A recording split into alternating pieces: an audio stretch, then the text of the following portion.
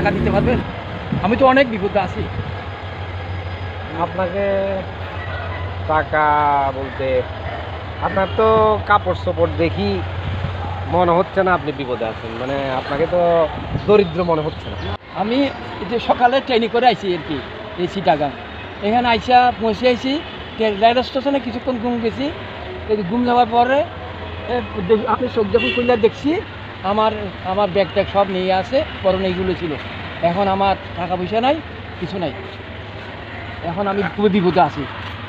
আপনি কি এদের মতো ঘুমাইছেন? জি জি, এদের মতো ঘুমাইছিলাম। এখানে ঘুমাইছেন এই গাছের এখানে, নিচে? হ্যাঁ, পরে ঘুম থেকে ওইটা দেখি আমার টাকা পয়সা নাই, সব নিয়ে গেছে, কিন্তু পরনে এইগুলো ছিল। তো আমি এখন খুবই বিপদে আছি। এরই আমার আবেদনটা বললাম আর কি। তো আপনি রাতে এখানে ঘুমাইছেন কেন? এটা তো ঘুমানো আপনার উচিত হয় না, এটা তো ঘুমানোর জায়গা না। আপনি তো ঘুমাইলে ঠিক আছে, আপনার ঘুম আসছে, আপনাকে তো বুঝতে হবে যে এখানে নিরাপত্তা নেই। আপনার পকেটে যদি টাকা পয়সা থাকে, আপনি ওগুলো নিয়ে এখানে ঘুমাইছেন কেন? তো ঘুমানো আপনার উচিত হয় না, এটা তো ভুল করছেন জিনিসটা। এখন আমি আসলে এটা কি বলবো, আপনাদের মতো লোকেরা এই যে আপনার জামা কাপড় সবই ঠিক আছে দেখে আপনাকে কিন্তু কেউ টাকা দিবে না। মনে করে যে আপনি এমনি বুঝতেছেন বা আপনি পাগল, এমনি ঘুরতেছেন, টাকা চাইতেছেন।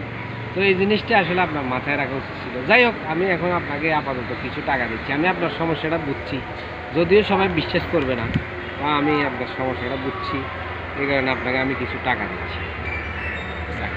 রাখেন ভাই, রাখেন, সমস্যা নেই, রাখেন।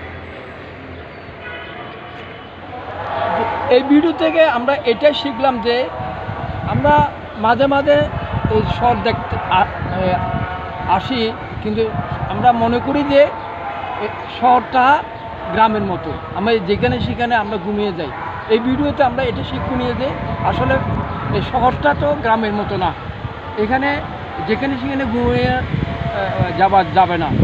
যে এখানে ঘুম গেলে দেখা যাচ্ছে এখানে অনেক রকম নানা ধরনের মানুষ আছে, ওরা নানা উদ্দেশ্য মতলব নিয়ে থাকে। ওই সময়ে যখন যার সহজ সরল গ্রামের মানুষ আসে, ওদের থেকে সব গাড়ি নিয়ে যায়, শেষ পর্যন্ত ওরা নিঃস্ব হয়ে যায়, পরে দ্বারস্থ হতে হয়। এই ভিডিওতে এটা আমরা শিখতে পেয়েছি। এটা একটা শিক্ষণীয় ভিডিও। আমরা সবাই আশা করি এই ভিডিওটা দেখবেন।